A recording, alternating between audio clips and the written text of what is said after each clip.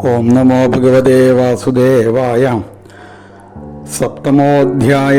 രാജോവാച യേന യേനാവതാരേണ ഭഗവാൻ ഹരിരീശ്വര കരോതി കർണരമ്യാണി മനോജ്ഞാനി ച ന പ്രഭോ യച്ഛൃണ്ണതോ വൈത്യരതിർവിതൃഷ്ണാസത്വം ച ശുദ്ധ്യത്യചിരേണ പുംസ ഭക്തിർഹരോ തൽപുരുഷേ ച സഖ്യം തദേവഹാരം വദമന്യസേ ചേത് അഥാന്യതപി കൃഷ്ണസ്യ തോകാചരിതമത്ഭുതം മാനുഷം ലോകമാസാദ്യാതജ്ജാതിമനുരുന്ധതാം.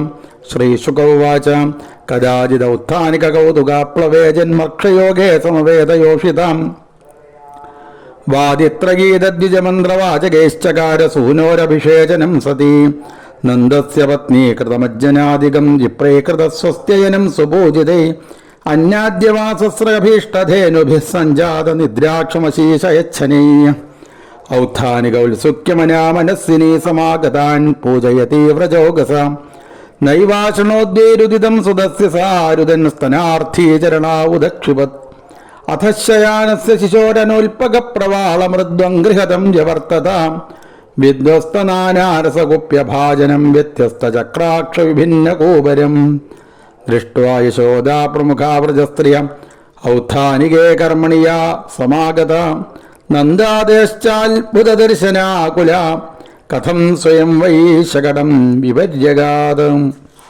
ഊചുരവ്യവസിതമതീൻ ഗോപാൻ ഗോപീശ്ച ബാലകാ രുദതാനേന പാദേന ക്ഷിപ്തമേതന്ന സംശയാം നദേ ശ്രദ്ധധിരേ ഗോപാ ബാലഭാഷിതമിത്യുതാ അപ്രമേയം ബലം തസ്യ ബാലകസ്യ നതേ വിദു രുദന്തം സുതമാദായ യശോദാഗ്രഹശങ്കിതാം കൃതസുസ്തേനം വിപ്രയ്യ സൂക്തയസ്തനമപായൽ പൂർവവല്ലസ്ഥാപിതം ഗോപൈ ബലിഭിः സപരിച്ഛദം വിപ്രാഹുത്വാർച്ചയാഞ്ചക്രോം ദധ്യക്ഷതകുശാംബുഭി യേസൂയാനുദദംഭേരിഷ്യാ ഹിംസാമാനവിവർജിത ന തേഷാം സത്യശീലാനാം ആശിഷോ വിഫലാകൃതാം ഇതി ബാലകമാദായ സാമർഗ്യജുരുപാകൃതൈ ജലൈ പവിത്രൗഷധിഭിः അഭിഷിച്യദ്വിജോത്തമൈ വാചയിത്വാ സ്വസ്ത്യയനം നന്ദഗോപः സമാഹിതാം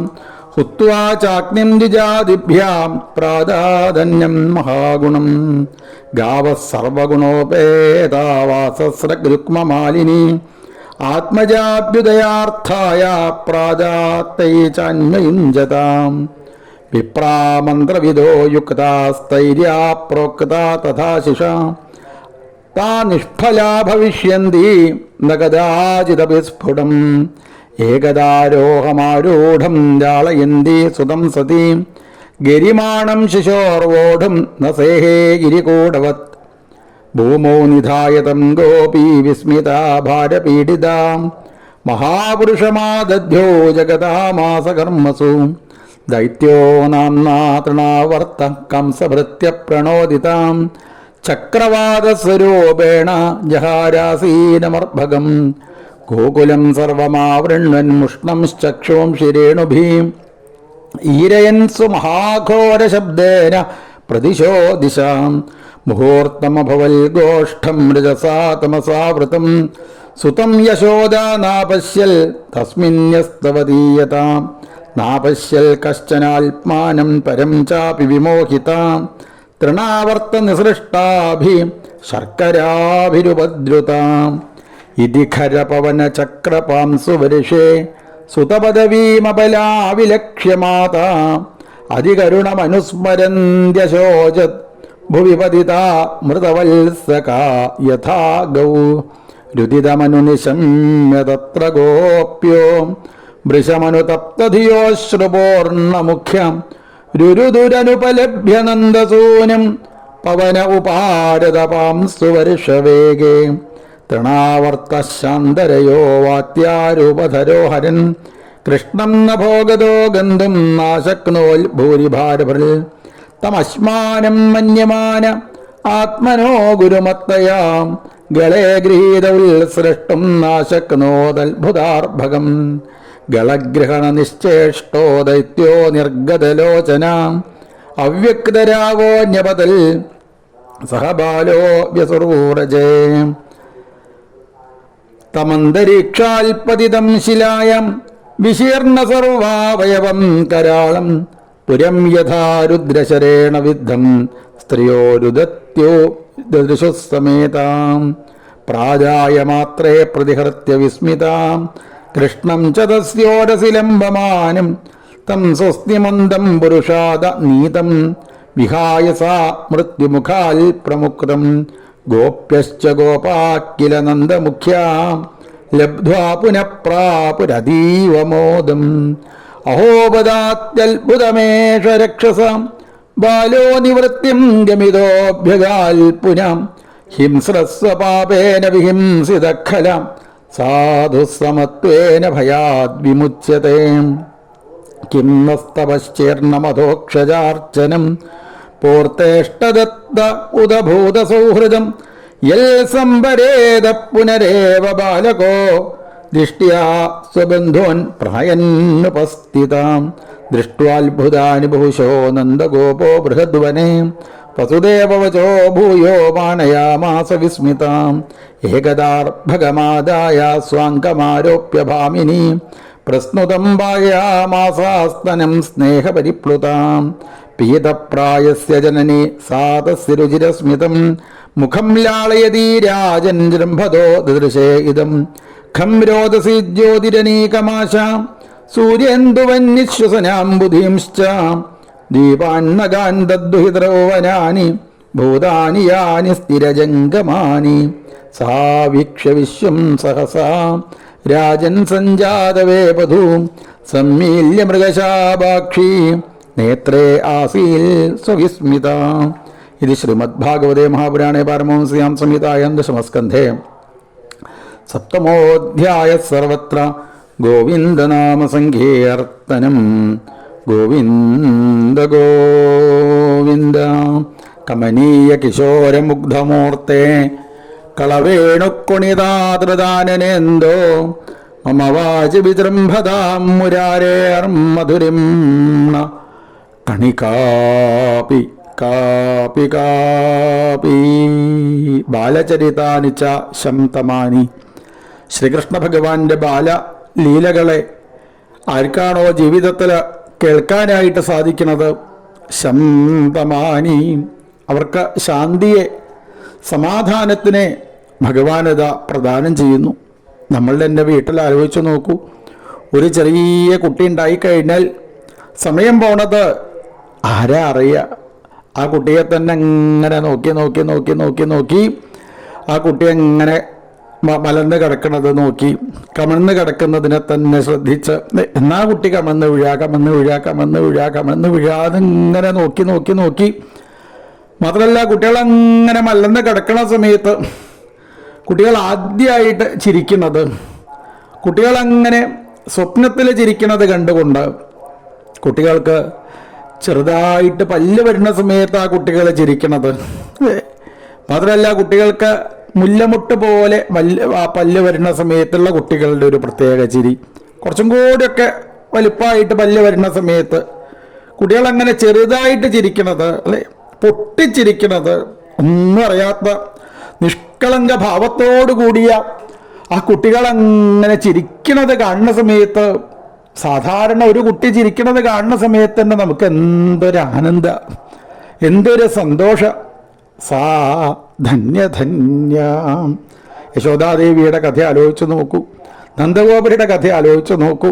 പരബ്രഹ്മസ്വരൂപമായിരിക്കുന്ന സാക്ഷാൽ ഭഗവാനെ പുത്രനായിട്ട് കിട്ടി, ആ ഭഗവാനെ എങ്ങനെ ലാളിക്കാനായിട്ട് സാധിച്ച യശോദാദേവി, ഭഗവാനെ തന്നെ എപ്പോഴും കണ്ടുകൊണ്ട് നിൽക്കുന്നതായ നന്ദഗോപര്, ശ്രീകൃഷ്ണ ഭഗവാനെ തന്നെ എല്ലാ സമയത്തും കണ്ടുകൊണ്ട് നിൽക്കുന്ന ഗോപ സ്ത്രീകള്, പ്രജവാസികള്, അവരുടെയൊക്കെ ജീവിതത്തിൽ ഒരു ഭാഗ്യം. നിത്യോത്സവം നതൃപു ദൃശിപിപ്പന്ത്യോ നാര്യോ നരാശ്ച മുദിത കുപിതാദിമേശ്ച.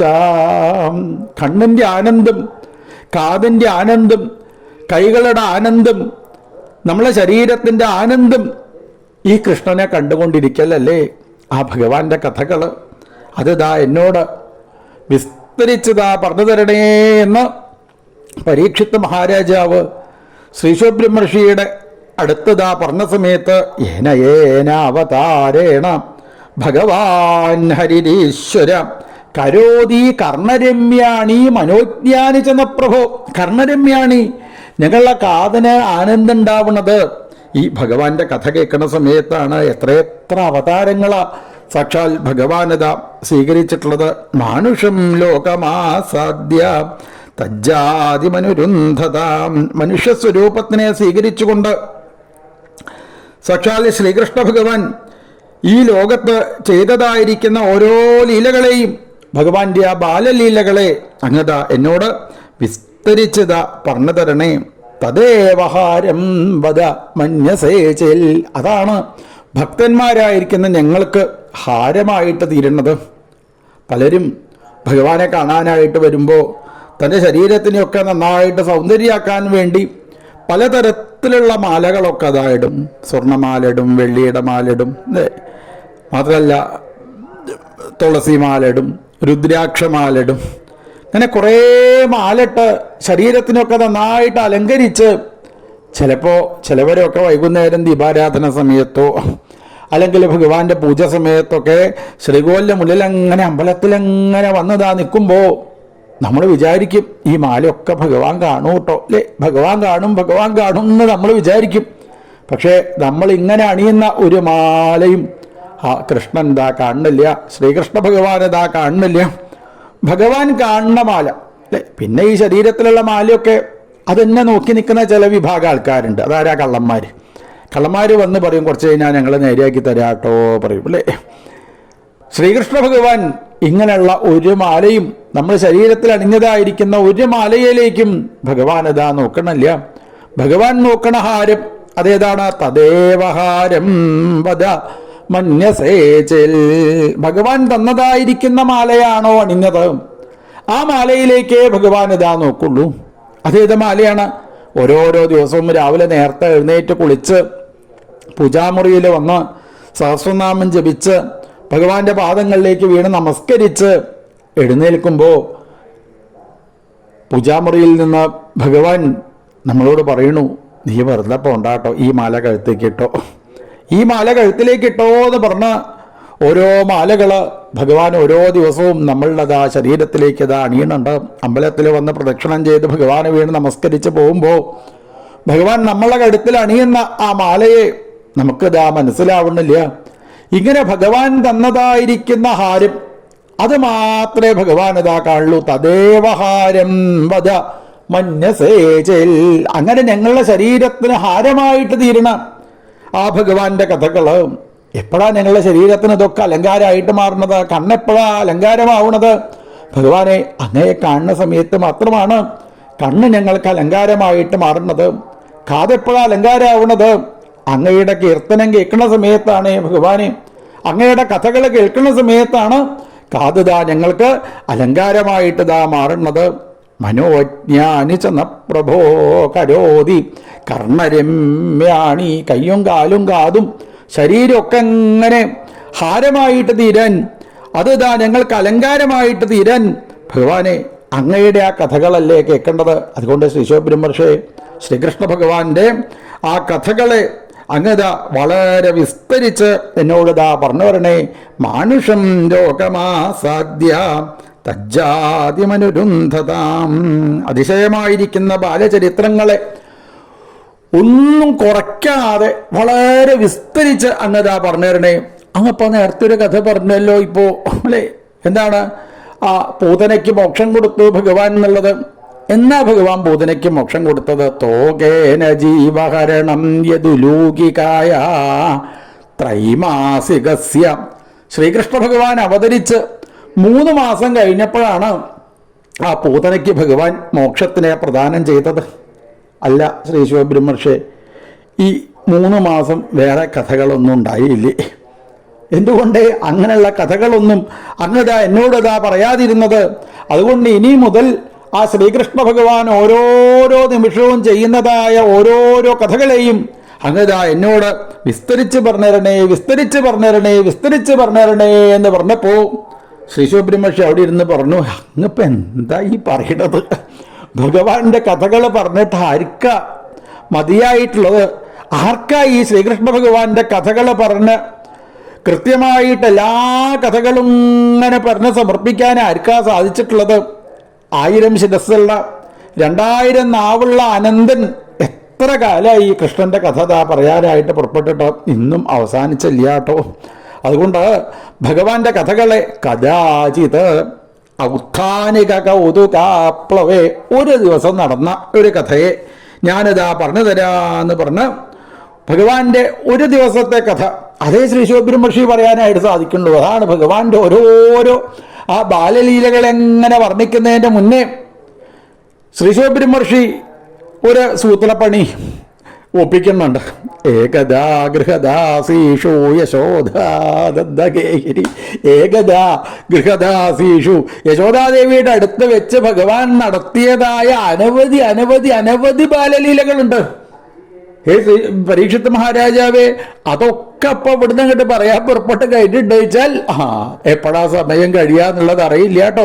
അതുകൊണ്ട് ഏകദാ ഗൃഹദാസീഷു, ഒരിക്കൽ നടന്നതായിരിക്കുന്ന കഥയെ ഞാനിതാ അങ്ങയോട് പറഞ്ഞു തരാം.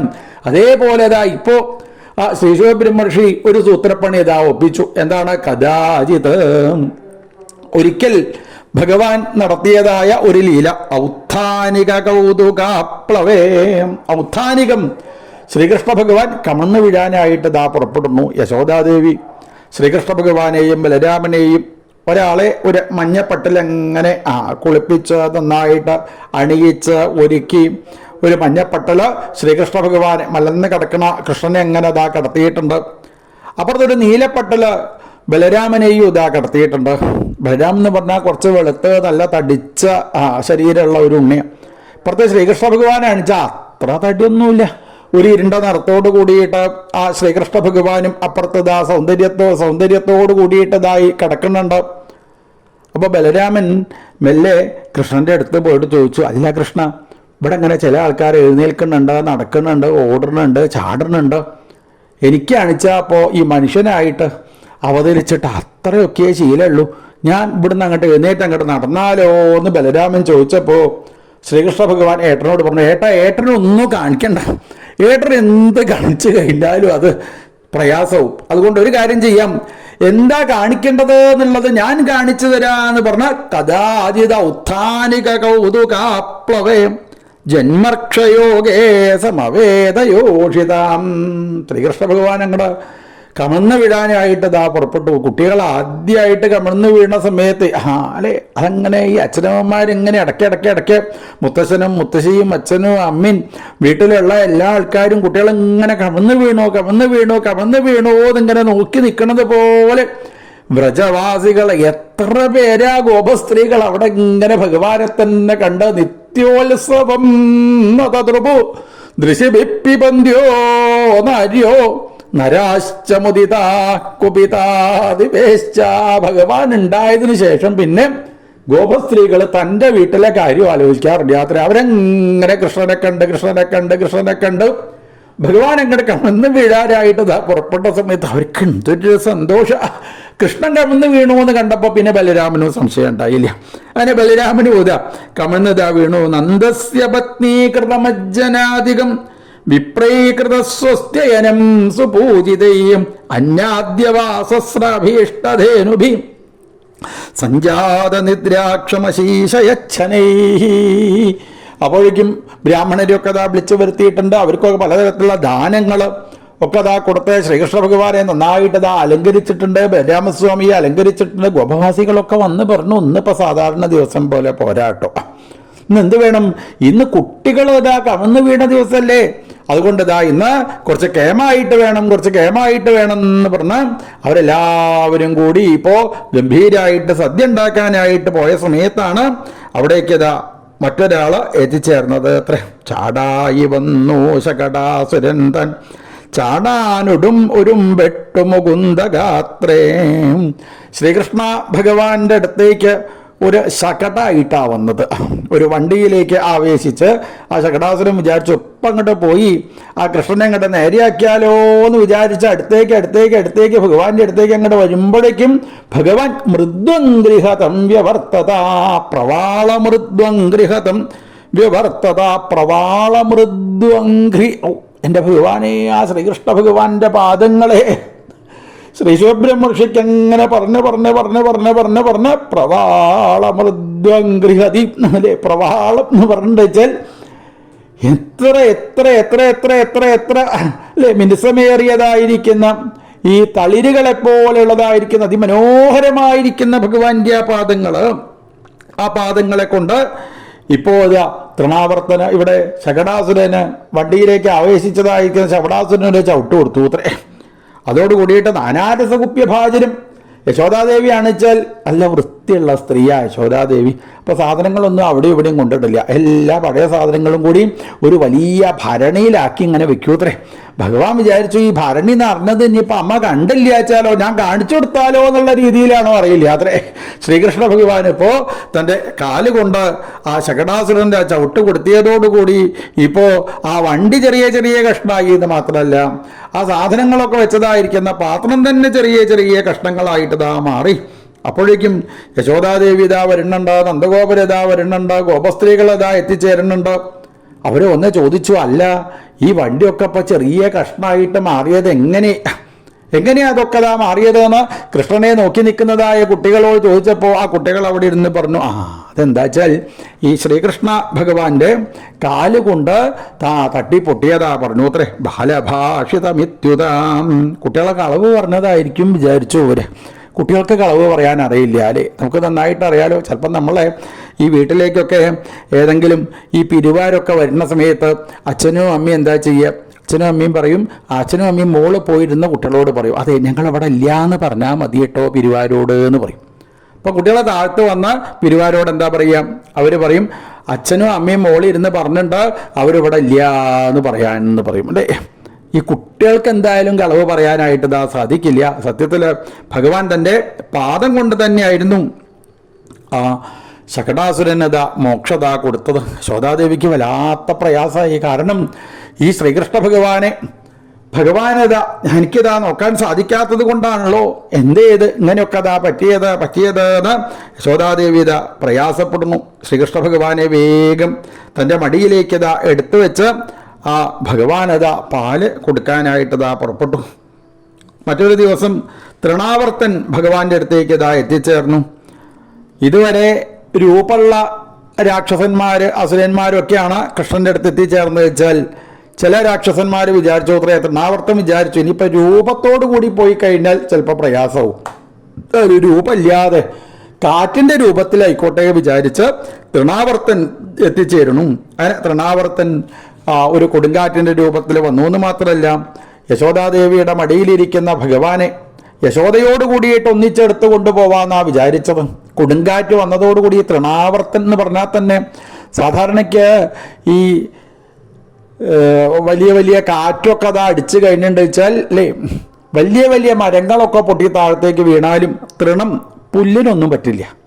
പുല്ലെന്തേ ചെയ്യുള്ളൂ, പുല്ലൊരു ഭാഗത്തേക്ക് ഇങ്ങനെ ചാഞ്ഞതാ കിടക്കും. അപ്പോൾ മഴയും കാറ്റുമൊക്കെ കഴിഞ്ഞാൽ ഈ ചാഞ്ഞ് കിടക്കണ പുല്ല് എഴുന്നേറ്റ് നിന്ന് അത് പറയും, അല്ല നീയൊക്കെ വീട് പൊട്ടിപ്പോയില്ലേ താഴത്തേക്ക്, വലിയ മരങ്ങളോട് പോയിട്ടതാ പറയും, നീയൊക്കെ താഴത്ത് വീണുപോയില്ലേ, എനിക്കൊന്നും പറ്റിയില്ല പറയും. എന്നാൽ തൃണാവർത്തൻ എന്ന് പറഞ്ഞാൽ ഒന്നിച്ച് ആവർത്തനം ചെയ്ത് ഈ പുല്ലിനെ കൂടി ഒന്നിച്ച് ആവർത്തനം ചെയ്ത് കൊണ്ടുപോകാൻ ശക്തിയുള്ള അത്ര ശക്തിയോട് കൂടിയിട്ടാണ് തൃണാവർത്തൻ എത്തിച്ചേർന്നത്. തൃണാവർത്തനം വരുന്നത് കണ്ടതോടുകൂടി ഭഗവാൻ വിചാരിച്ചു ഇനിയിപ്പോൾ അമ്മേനെയും കൂടി ബുദ്ധിമുട്ടിപ്പിക്കണ്ട എന്നുള്ള രീതിയിൽ ശ്രീകൃഷ്ണ ഭഗവാൻ തൻ്റെ ആ ശരീരത്തിന് അങ്ങനെ ഭാരം കൂട്ടാനായിട്ട് പുറപ്പെട്ടു. യശോദാദേവി വേഗം തൻ്റെ മടിയിൽ നിന്ന് ഭഗവാനെ താഴത്തേക്ക് എടുത്തു വെച്ചു. ശ്രീകൃഷ്ണ ഭഗവാൻ അങ്ങനെ തൃണാവർത്തനോട് കൂടിയിട്ട് ആകാശത്തിൻ്റെ മുകളിലേക്ക് അങ്ങനെ ആ തൃണാവർത്തൻ കൊണ്ടുപോകുന്നുണ്ട് അത്രേ. കുറച്ചങ്ങോട്ട് കഴിഞ്ഞപ്പോൾ ഭഗവാന്റെ ഭാരം സഹിക്കാൻ വയ്യാതെ മുകളിലേക്ക് പോകാൻ വയ്യാത്ത അവസ്ഥയോടുകൂടി നേരെ താഴത്തേക്ക് ഒരു പാറയുടെ മുകളിലാത്രേ പോയി വീണത്. എവിടെയാ കൃഷ്ണ ഇരിക്കണത് എന്ന് പലരും അന്വേഷിച്ചതാ പോയി.